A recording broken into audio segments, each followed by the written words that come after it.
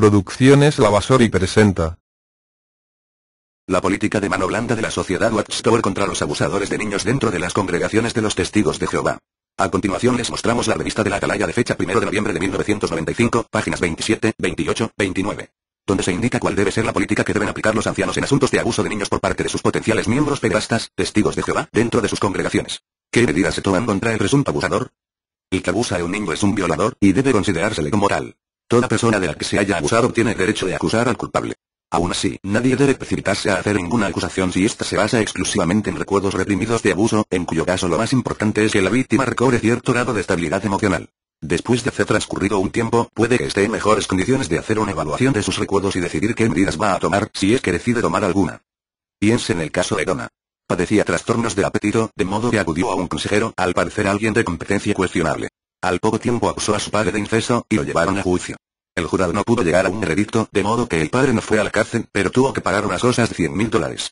Después que todo pasó, Donna confesó a sus padres que ya no creía que se hubiera cometido el abuso. Salomón dijo sabiamente: no salgas a conducir una causa judicial apresuradamente. Proverbios 25:8.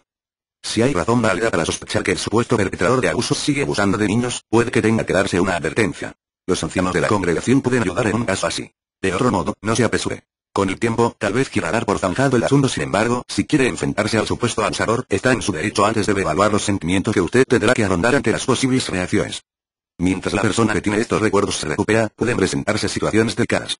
Por ejemplo, puede que un individuo tenga claras imágenes mentales de haber sufrido abusos por parte de alguien a quien ve todos los días. No es posible fijar reglas para tratar estos casos. Cada uno llevará su propia carga de responsabilidad. Gálatas 6:5. A veces, a alguien quizá le parezca que está implicado un pariente o alguno de sus familiares más cercanos. Recuerde la naturaleza cuestionable de algunos recuerdos reprimidos cuando se trata de identificar al sospechoso de abuso deshonesto. En dicha situación, mientras no se esclarezca el asunto, seguir en contacto con la familia, por lo menos visitándola de vez en cuando, escribiendo cartas o llamando por teléfono, mostraría que el afligido procura seguir el consejo bíblico. Compárese con Efesios 6:1-3. 1. ¿Qué pueden hacer los ancianos? Si un publicador de la congregación que está sufriendo a consecuencia de recuerdos reprimidos de abuso sexual acude a los ancianos de la congregación, normalmente se asignará a 2 de ellos para que le ayuden. Estos ancianos deben animar bonadosamente al afligido a que de momento se concentre en sobreponerse a la angustia emocional. Los nombres de cualquier abusador que él recuerde deben mantenerse estrictamente confidenciales. La labor primordial de los ancianos es servir de pastores. Isaías 32:1-2. Primera de Pedro 5:2-3.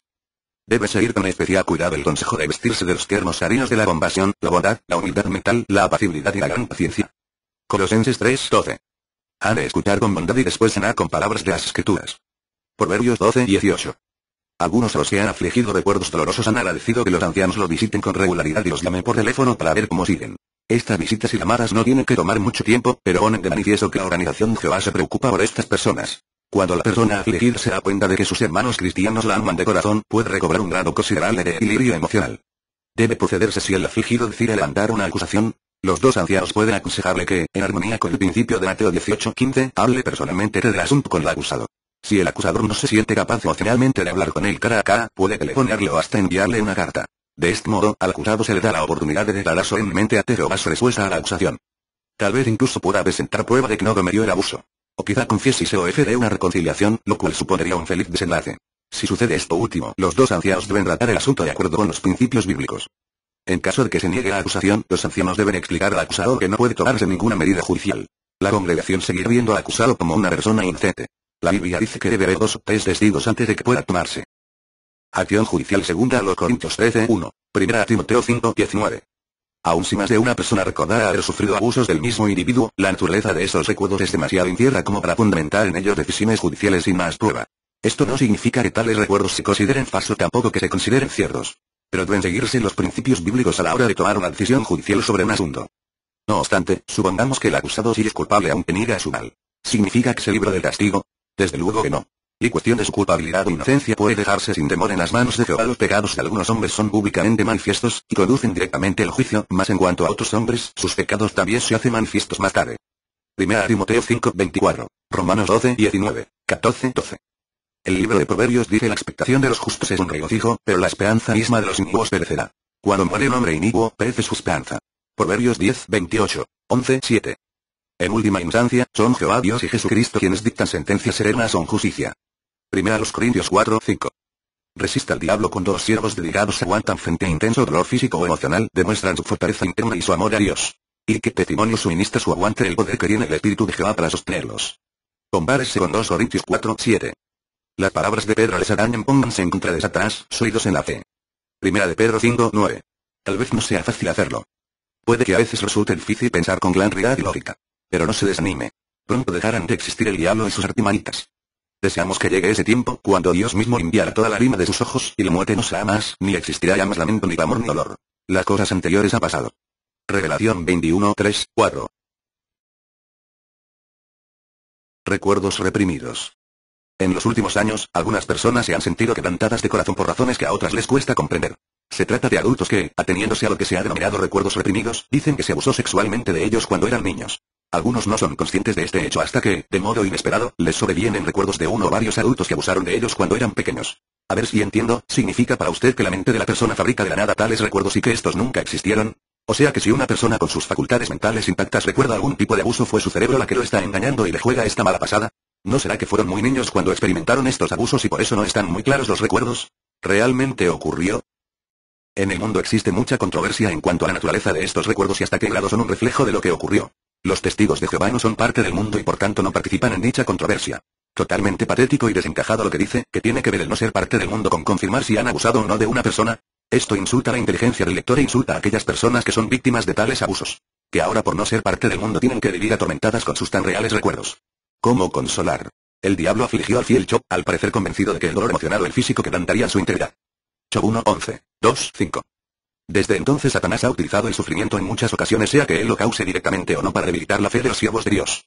¿Cómo se supone que una persona se mantenga en sus cabales y con una fe ciega cuando se suprimen sus recuerdos y sentimientos más traumáticos? O lo que es peor, ¿cómo se hace para permanecer dentro de un grupo religioso que no quiere creerle a las víctimas de los abusos por cuestiones de imagen pública o conveniencia económica? Permanezca fuerte espiritualmente. En resumidas cuentas, si los sentimientos abruman mucho a la víctima, se invita a ponérsela a la coraza de la justicia, que significa no hacer nada malo. Luego se invita a inclinarnos por las buenas nuevas de la paz y usar el escudo grande de la fe, etc. En otras palabras, vestirnos de la armadura completa, lo que equivale a predicar todo el tiempo, reunirse con los miembros de la congregación, orar, estudiar las revistas y esperar en Jehová. Nada de andar denunciando a un potencial pederastra o pedófilo suelto dentro de las congregaciones. ¿Qué medidas se toman contra el presunto abusador? Nótese el lenguaje cargado que se usa constantemente. El que abusa de un niño es un violador, y debe considerársele como tal. Hasta aquí de maravilla. Toda persona de la que se haya abusado tiene el derecho de acusar al culpable. Excelente. Aún así, nadie debe precipitarse a hacer ninguna acusación si ésta se basa exclusivamente en recuerdos reprimidos de abuso. Ya empezamos mal, repito. ¿Cómo se supone que los recuerdos sean claros cuando el abusado es un niño? En cuyo caso lo más importante es que la víctima recobre cierto grado de estabilidad emocional. Pero ha sufrido años y años. Necesita sacar a flote esto. Después de haber transcurrido un tiempo, puede que esté en mejores condiciones de hacer una evaluación de sus recuerdos. Basta de las comillas, manipulan el sentido de las cosas. Y decidir qué medidas va a tomar, si es que decide tomar alguna. Y dale con la manipulación mental, porque no se invita a tomar acciones para proteger al resto de los niños y niñas de la congregación o de la ciudad. Aquí tendría que ir un buen insulto. Salomón dijo sabiamente, no salgas a conducir una causa judicial apresuradamente. Proverbios 25, 8. Texto satánicamente aplicado. Si hay razón válida para sospechar que el supuesto perpetrador de abusos sigue abusando de niños, puede que tenga que darse una advertencia. ¿Advertencia? ¿Pero de qué planeta son? Se trata de abuso de menores. La única forma de proteger a los niños es metiendo preso a estos enfermos. Los ancianos de la congregación pueden ayudar en un caso así, advirtiendo con un anuncio local, poniendo un papel en el transparente. O sea, se protege solo a los niños testigos solamente. De otro modo, no se apresure. Con el tiempo, tal vez quiera dar por zanjado el asunto. Y dale con la manipulación mental. ¿Por qué tanto interés por zanjar el asunto sin denuncias públicas? Sin embargo, si quiere enfrentarse al supuesto abusador, está en su derecho. Antes debe evaluar los sentimientos que usted tendrá que afrontar ante las posibles reacciones. Encima de manipulación meten miedo. El redactor y los que aprobaron este artículo son tan cómplices de los abusadores como el que vio todo y no quiere hablar. ¿Qué pueden hacer los ancianos? Los nombres de cualquier abusador que él recuerde deben mantenerse estrictamente confidenciales. Claro, no quisieran que ningún medio se enterara de nada, ¿cierto? En caso de que se niegue la acusación, los ancianos deben explicar al acusador que no puede tomarse ninguna medida judicial. ¿Cómo? ¿Cómo? O sea que no se puede llevar a tribunales a un abusador que niega un acto de estos. La congregación seguirá viendo al acusado como una persona inocente. Patético. La Biblia dice que debe haber 2 o 3 testigos antes de que pueda tomarse acción judicial. ¿En casos así también se aplica este hecho? ¿Acaso no es más antibíblico dejar impune a un pedófilo? 2 Corintios 13, 1. 1 Timoteo 5, 19. Aun si más de una persona recordara haber sufrido abusos del mismo individuo, la naturaleza de estos recuerdos es demasiado incierta como para fundamentar en ellos decisiones judiciales sin más prueba. ¿Cómo? ¿Cómo? Pero si son varias las personas que recuerdan abuso de una misma persona, se deja claro que es culpable. Esto no significa que tales recuerdos se consideren falsos, tampoco que se consideren ciertos, ya es el colmo, no hay palabras. Pero deben seguirse los principios bíblicos a la hora de tomar una decisión judicial sobre un asunto. Es que no son compatibles los principios bíblicos en estos casos, porque la naturaleza de pecado no encaja con la recomendación de los testigos que era solo para males menores. Es hora de abrir los ojos para despertar, y armarse de valor para dejar esta cárcel de mentiras que es conocida mundialmente como los falsos profetas modernos denominados la Sociedad Watchtower Bible and Truco, y no volver nunca más.